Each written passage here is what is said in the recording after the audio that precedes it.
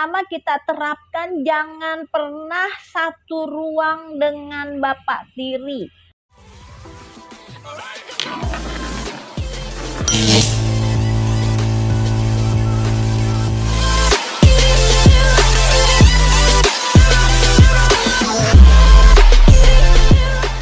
Sahabat semua, assalamualaikum.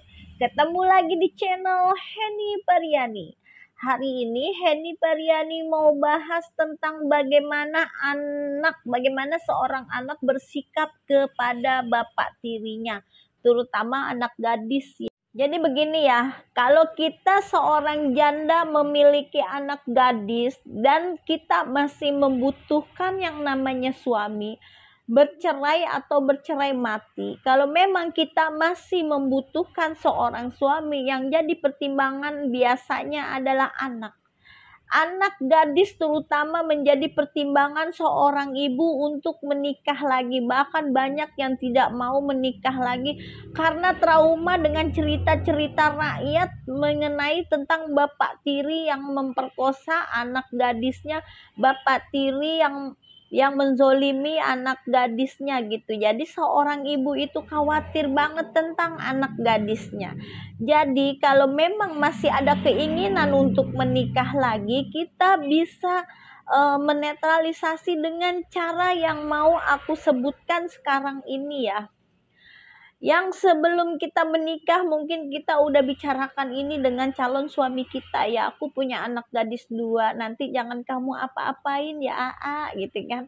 Pasti si Aanya jawab ya mualah, ya enggak lah, karena kan anak kamu anak aku juga manis.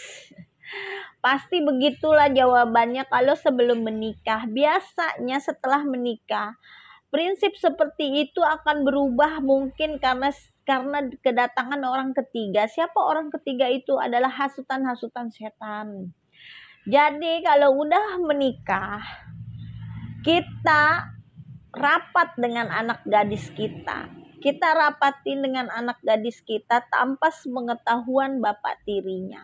Jadi kita bicarakan dengan anak-anak gadis kita. Yang pertama kita bicarakan adalah bukan kita melarang dari anak kita. Memang itu harus kita terapkan ke anak kita ya. Pertama kita terapkan jangan pernah satu ruang dengan bapak tiri. Misalnya kalau ibu lagi ada di dalam dengan bapak tirinya, anak nggak boleh masuk kamar. Tapi sebenarnya itu juga berlaku untuk bapak kandung juga ya. Jadi kalau bapak sama ibu di dalam kamar dan anak sudah mulai dewasa, itu anak dilarang nimbrung. Ya kan, dalam agama. Tapi apalagi dengan bapak tiri, mungkin benar-benar itu nggak dibolehin ya kan. Jadi yang pertama kita larang anak kita satu ruangan dengan bapak tiri. Misalnya masak berdua di dapur, satu meja berdua di dapur, atau berdua di kebun, berdua lagi jadi dijauhin lah yang namanya sifat berdua gitu kan. Apalagi di kamar mandi dilarang banget berdua ya. Boleh jadi kan si anak kitanya nyuci, si bapaknya nyuci sepatu ntar sambil ngobrol gitu kan. Nah itu tidak boleh. Jadi kita benar-benar menjaga itu, apalagi di saat ibu tidak ada di rumah. Benar-benar itu harus menjaga jarak banget. Misalnya kalau di kamar seperti ini salah satunya juga ya. Kalau yang ini tidak kalah penting ya, kayaknya penting banget kalau yang ini nih, mandi. Kalau misalnya di dalam rumah itu kamar mandinya cuma 1 dan anak kita harus keluar kamar untuk mandi ke kamar mandi, kita ajarkan anak kita untuk mandi menggunakan pakaian langsung. Jadi dia ke kamar mandi bawa pakaian ganti, bawa pakaian salin. Jadi di kamar mandi udah salin baju. Jadi keluar dari kamar mandi itu anak kita udah berpakaian. Jadi jangan sampai keluar kamar mandi anak kita masuk kamar kita dengan hanya menggunakan anduk. Itu berbahaya ya, berbahayanya di saat lagi kita nggak ada di rumah. Karena kejadian seperti itu hanya cukup waktu 10 menit juga udah mencelakakan banget ya. Kita menjaga sebelum terjadi. Jadi kita usahain, jadi misalnya kita mandi, anak kita mandi, kita jangan sampai dia keluar kamar mandi itu pakai anduk. Ini berlaku bukan di hadapan bapak tiri aja ya.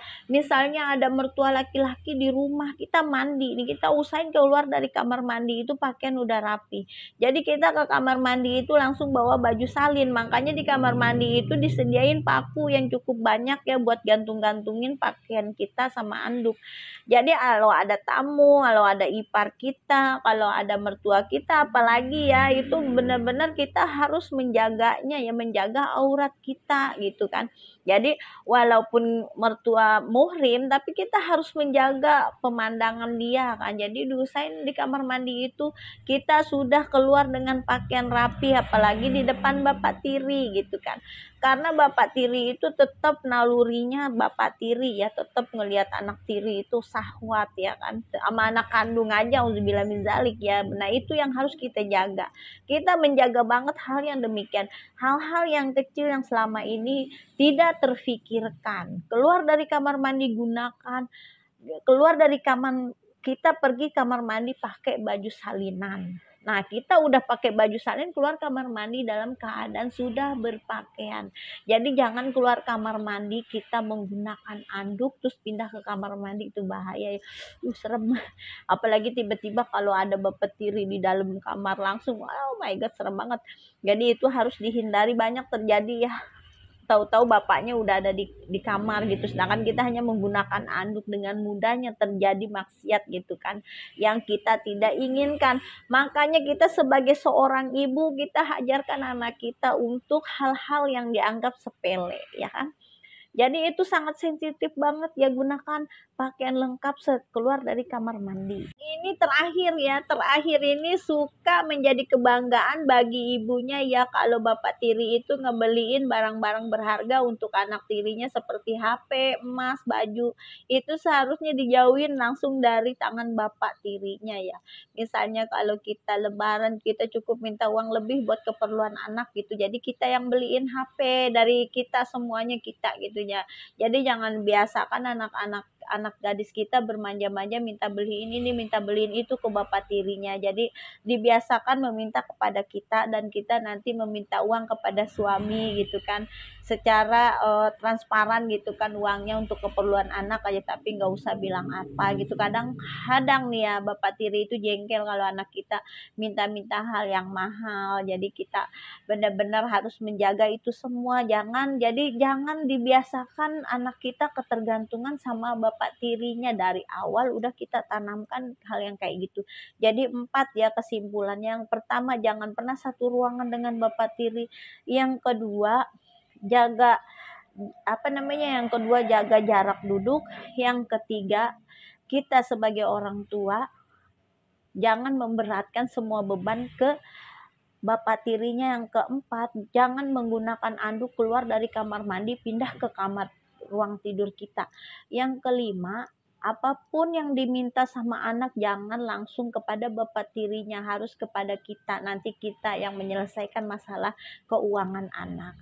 Oke teman-teman, cukup sekian saran dan nasihat aku. Semoga berguna dan bermanfaat untuk para janda yang mau mulai hidup baru, dan untuk yang udah mempunyai suami tapi mempunyai anak gadis. Kalau belum dikasih tahu, kasih tahu dari sekarang. Jadi kita menjaga itu lebih baik. Kalau udah terjadi itu udah terlambat. Yang ada kita rungsing, pusing. Jadi semua, sebelum kita menjadi pusing dan rungsing, kita perbaiki keadaan, kita cari jalan keluarnya. Oke teman-teman, terima kasih. Assalamualaikum.